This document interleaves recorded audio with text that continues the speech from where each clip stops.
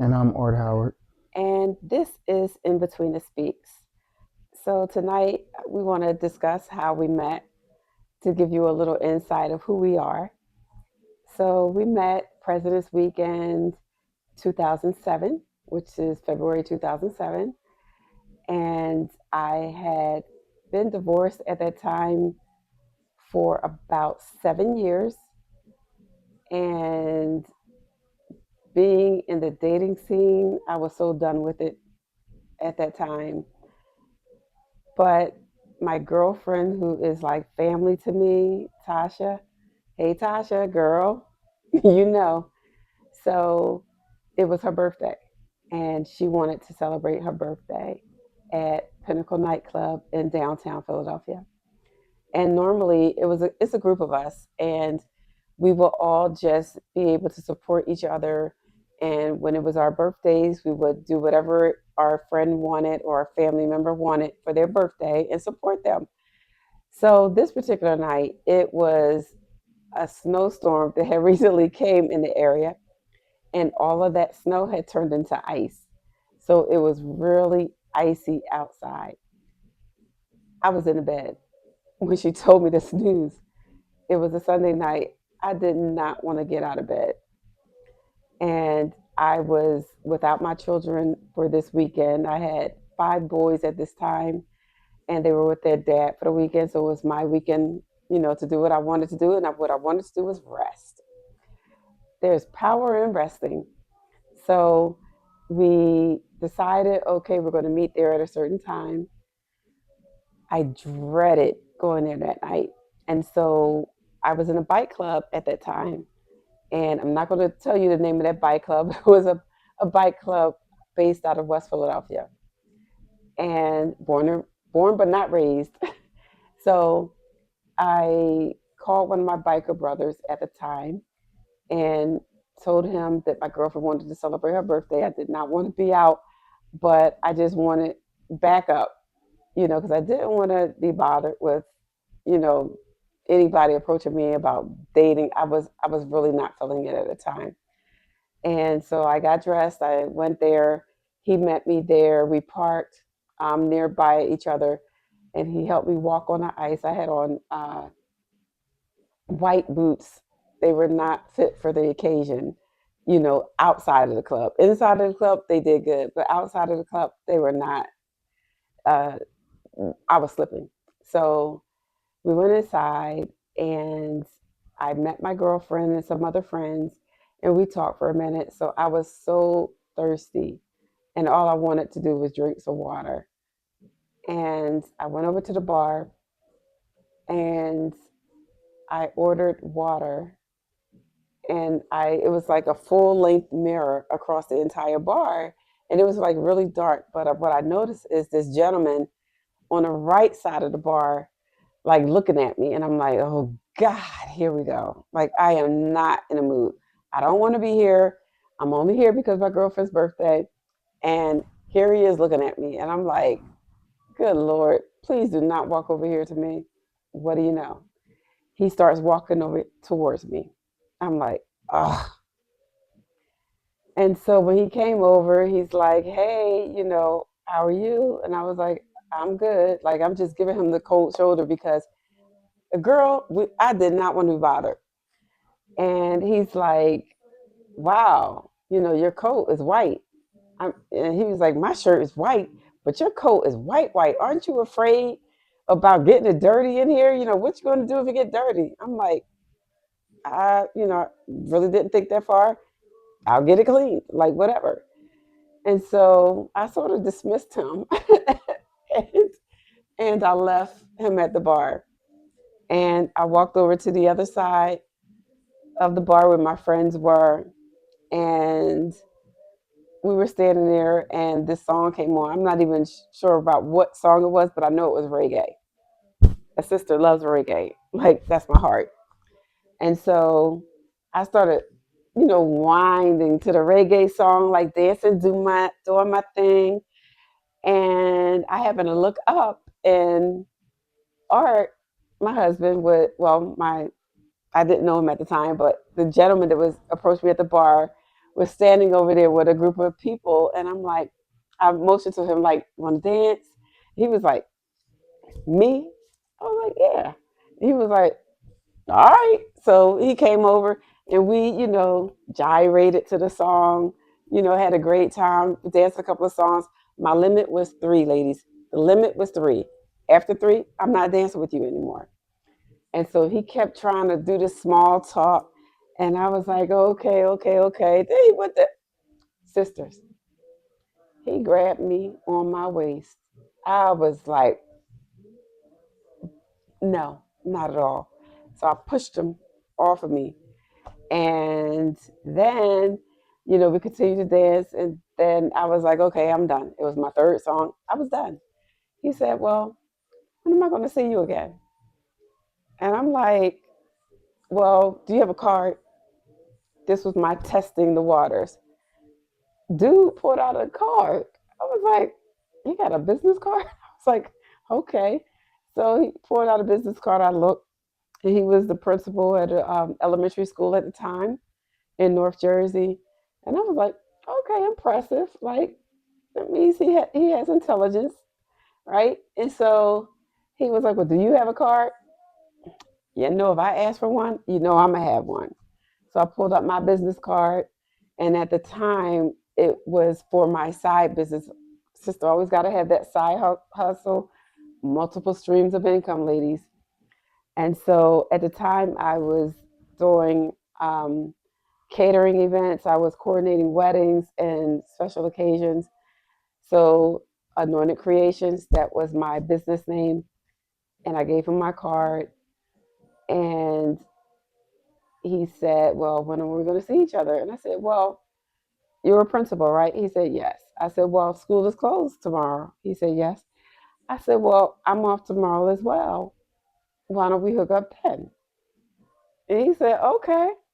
And so we made arrangements, we exchanged numbers, and we decided we were going to meet at a hibachi place in Philly on the waterfront the next day at a certain time. The next day came, and I realized that I was going to be late. Normally, I would not have bothered to inform someone that I was going to be late. I was a little um, stuck on myself at the time, I guess. And I said, you know what? I'm going to be respectful and I'm going to give him a call and let him know I'm going to be late. So I gave him a call. I said, hey, I am going to be a few minutes late. He said, no problem. So I get there and he was waiting outside in the parking lot. We parked and we went inside the restaurant and I ordered. That was my first time at the restaurant. And so we ordered our food. We ordered drinks as well. And I think at that time he ordered a Long Island iced tea. Apple martinis were my favorite. And so I ordered my apple martini. And we were sitting there, we were chatting, and we were just having a good time talking, getting to know each other. And he asked me something. I don't remember the question, but the subject came up about me doing spoken word because at the time I was performing at different venues doing spoken word. My stage name was The Essence of Love. And so I told him I do poetry. He's like, really? Me too. And I'm like, here we go. I was like, this dude does not do poetry. He is just trying to impress me. And so we continued talking. And I said, well, if you really do poetry, let me hear something. Because I was very adamant about if I'm going to do spoken word and I'm getting up on the stage and performing, I am not coming up there with notes. I am not having a piece of paper.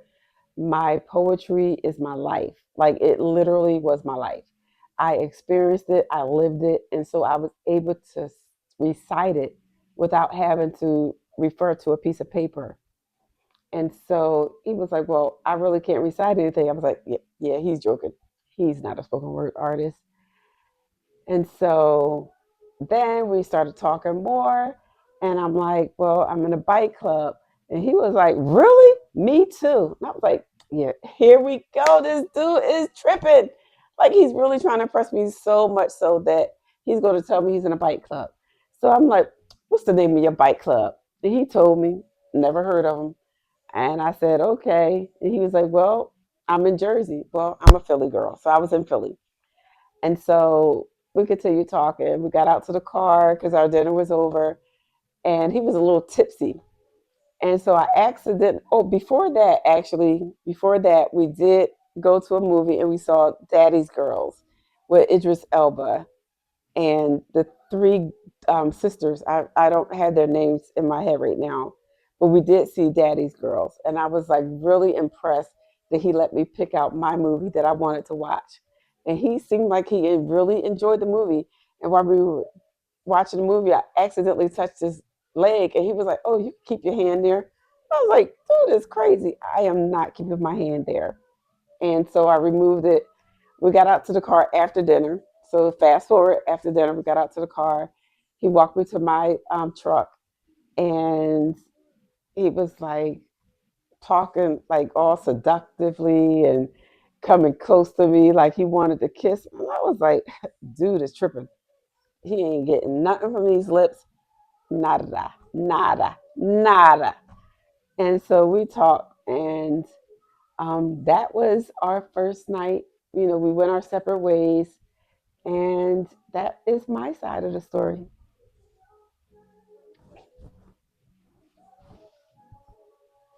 If you want your hair to go from this to this in just a few months, listen up. I started using Emmanuel's oil on my son's hair about 2 years ago when he was a year and a half. He had bald spots in the back of his head. I wanted something really all natural. Within 3 weeks, I started to notice a significant difference. His short spots were really growing and filling in. Within about 6 to 7 weeks, other people started noticing and they started asking me what I was doing. His hair started growing so well and so quickly that I started using it on myself. I had just dyed my hair and caused significant damage.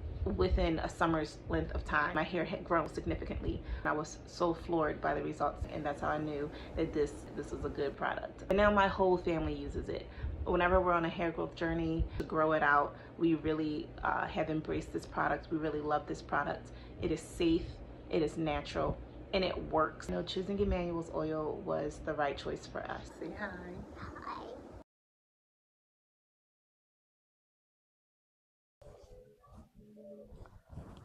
All right. Well, I mean, it's interesting to hear her side of the story because it's completely not what happened.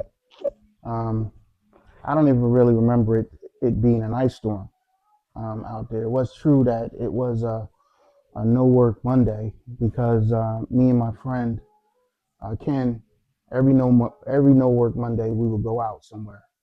He was with his uh, his girlfriend at the time, who's now his wife, and we went out to the club in Philly. So I was already standing at the bar, and the bar had like a long mirror. So she comes down the steps and she stands like behind me.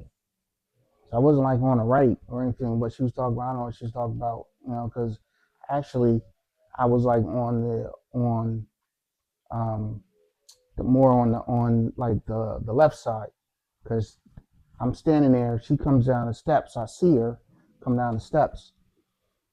So it's true that I made a comment about her coat because all right, we're in the club right now.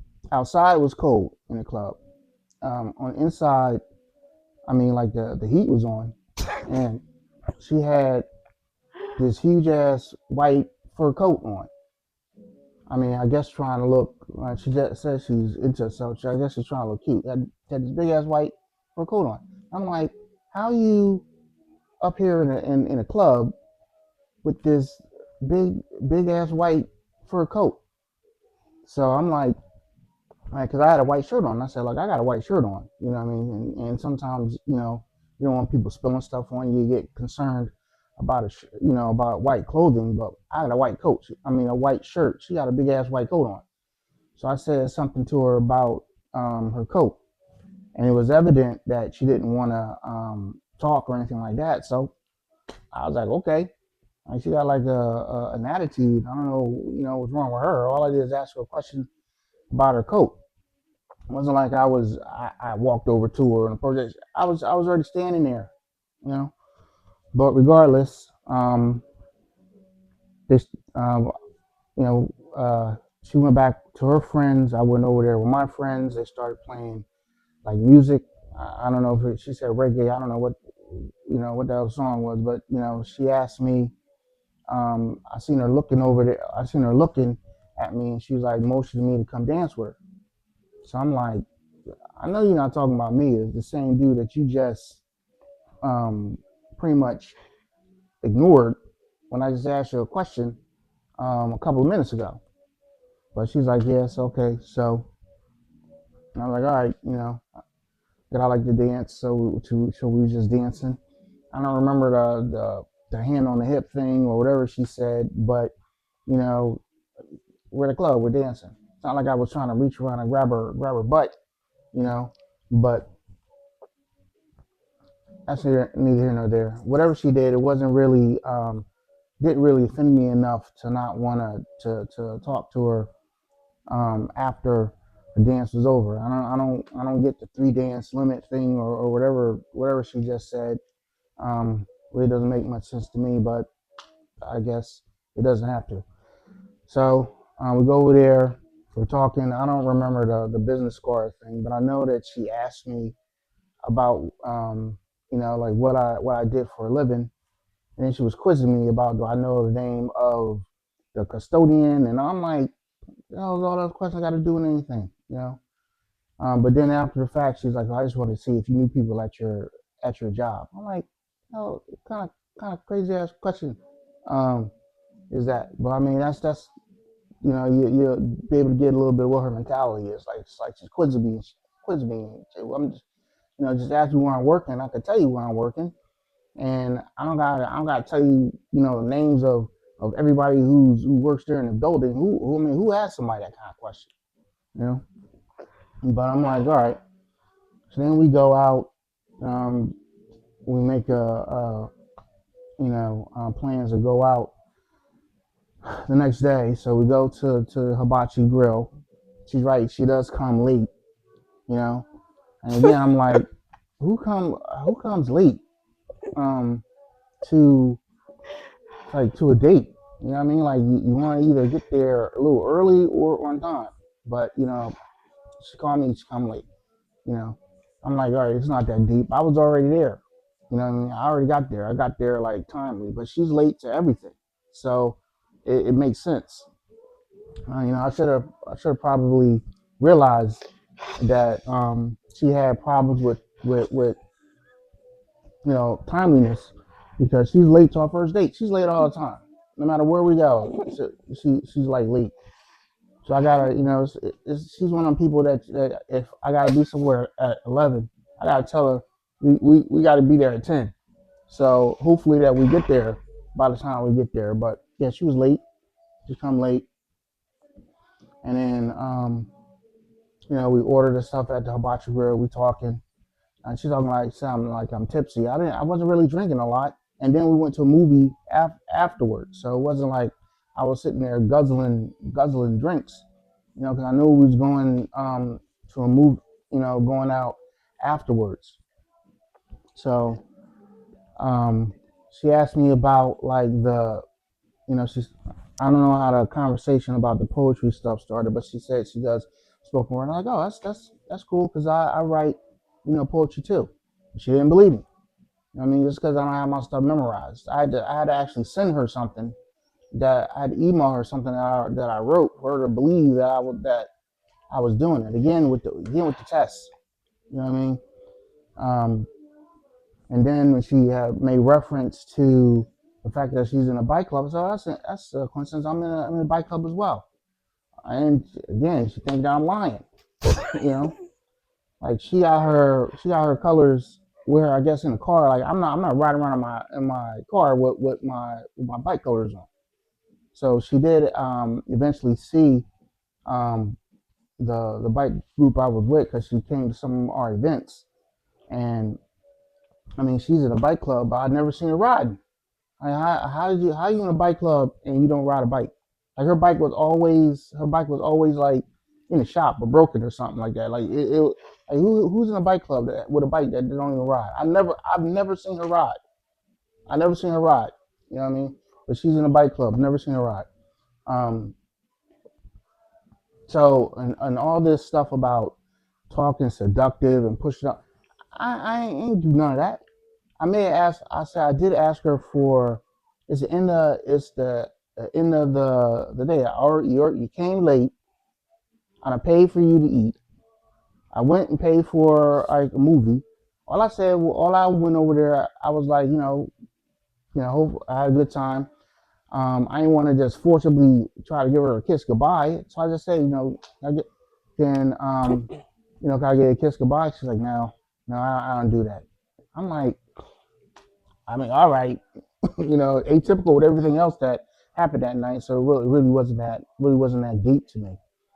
But it's just funny how the whole night she was late. I was quizzed, you know, um, all this stuff about me trying to be seductive and everything. Anything I told her, it was like I was making up a story. It's surprising that we had a date after that. Because normally, like, if you come to a date like late, I'm like, it's not really important to you. You know what I mean? Things that are important, you know, you make time and you make an effort to be there. It's punctuality, but that's not. But it wasn't just that date. That's just not how she is. She's just not punctual about stuff. Period. She's late. We're late, pretty much to everything. So much so to the point that my daughter and I sometimes sit out in the car for like 10 minutes waiting for her, thinking we go outside in the car, thinking, okay, well, if we go out, sit out in the car, maybe that'll spark her to start moving quicker. It don't.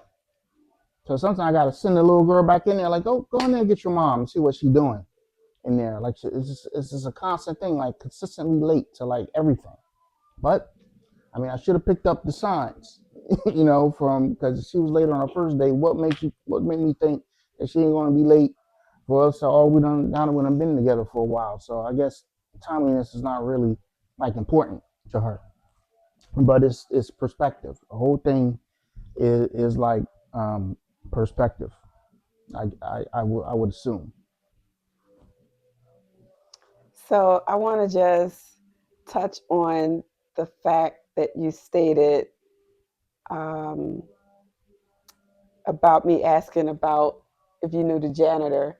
So the reason why I asked him that is because he was a leader at work, and I am so big on being personable and knowing even the what people perceive to be the least of everyone. I don't believe that anyone is the least of anything. So if he knew the janitor's name, I was impressed. And he actually spit off the janitor's name. And I asked him about how many students he had in the school because I wanted to see how in tune he was with his career and the students. And he told me it was roughly about 600 kids. I was impressed again. Of course, I didn't tell him that part, but I was like, okay, this dude is like he's having conversations with folks that are, in other positions. So it seems like he's a very personable person. He knew how many students were in his school. So that was impressed. I was impressed with that. Yeah, but then again, just like I said, why would somebody be quizzing you about, I'll tell you I work someplace. I'm not going to ask you what's the name of the guy who's a vendor downstairs in the cafeteria. I'm not asking you like a whole bunch of random questions. You know what I mean? Like, you want to know if I'm personable or not, then that's the whole process of getting to know somebody, and I have a relationship with the people that I work with. When we got married, I had 3 tables of people who I work with. You know what I mean? How many tables of people did you work with? You bring? Like, no. So I had talk about, None. yeah, none. And I None. had 3 tables full of people that I work with. But Actually, she's that's not true. I had but one she's person that I worked with that she was at yeah our wedding. One one, person. and she's quizzing me on if I'm personable and I know people at my job. Separation of duties. then Separation of why is it duties. important? I know if it's separation of duties, then why is it important for you who I know? Well, because I wanted to know how you were at your employment, and so my employment, until recently, I always separated for the most part. So, Like I, but what sense does that make? You separate for your employment, but you're quizzing me on if I know people at my job. You ask me questions that you probably couldn't answer. Like, what if I asked you who's the janitor at your place? You wouldn't be able to give me the name of it because you just said you separate. Any question I would have asked you about the people who are employed at your job, you wouldn't have been able to answer. so I knew the janitor at my job at the time. I don't remember it now because it was so long ago, and I have not been at that company. I still know the name of the janitor He's at still home. at the school district. I I still am know his not. name. Um he's in one of my football leagues. So I, the company that I was at was a large pharmaceutical company, and I don't remember half the people. I still have two very dear friends that I still associate with. I started J&J in 2000, and so it's been about 25 years now. Actually, January 25 that I've been friends with these two ladies. But I did know a lot of people at that position that I was at, and I don't today. Like I just know two. But Yeah, thank you. I'm still friendly with everybody who I was working with back then. 20 some odd years later, He's still at the same school district, guys. I'm at the same district, but I'm not at the same building, and I'm not even at the same level. And a lot of people who I was working with back then have long since retired, but are still in contact and friendly with me, which would let you know about the level of communication and my relationship with these people. You just said you know two. I can tell you everybody who I work with. I didn't say I knew two, babe. I said I still am in association. I'm still associated with two of the people Yeah, that's what I meant. I'm associated with everybody still. because you're still at the school district. I'm no longer at the But I company. just told you people retired there too, and some people got different jobs, and some people are in different careers. But I still know everybody. I still communicate with everybody. You know, So I want to hear you weigh in. I want to hear you weigh in, guys, queens and kings.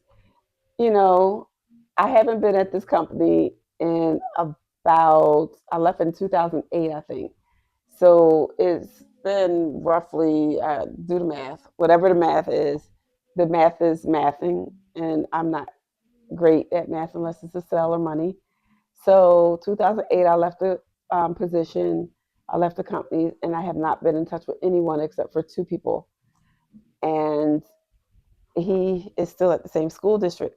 So should I know more people than I do? Should I have kept in contact with more people than I have been? You tell me.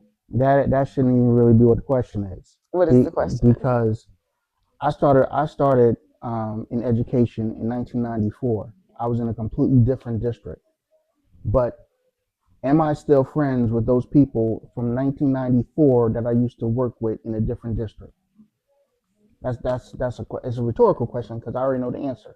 Yes, the dude that I was with, that I met her with, I met him in I met him at the first job that I had I had since been gone for like 10 years. I still knew the guy. We still hang out. Doesn't matter to me. It doesn't. The fact that you went and got another job, to me really is irrelevant. If you're asking somebody about, you're quizzing me about whether or not I know the people who I work with, and I'm able to answer those questions, and I've been able to establish relationships with them that have lasted well over 2 decades. That should let you know about the level of relationship that I have with folks. I started this new job in 2004. I said I started the first job in 1994. So I was working 10 years at that job before I moved to another one in 2004. I still talk to people who I worked with starting in 1994. And the people in 2004, when I got this new job, I still have a relationship with them. I had 3 tables full of people from my job, not just the one new job. It was a new job and folks from my old job. And So if you're talking in terms of you quizzing me about relationship and what's a relationship that I have and you know the name of your janitor, I mean like it's not even applicable. You can't even. It doesn't seem like you could even do that. That's a question you could probably say. You should ask me like something else. so I guess what I was speaking about is even though I'm personable with people at my work, I like even now I love my job. Like I absolutely love my job that I have now. And I don't consider them all friends. Like they're great coworkers, they're great staff. I'm a leader at work and it's like family. However, at the end of the day, I'm very selective about people I incorporate into my personal life to get to know me. And to your point, no, I took 2 people out of a company that I was with for about 8 years that I consider close friends even to this day. There was a third, but they were a little wishy washy, so I had to like cut them loose.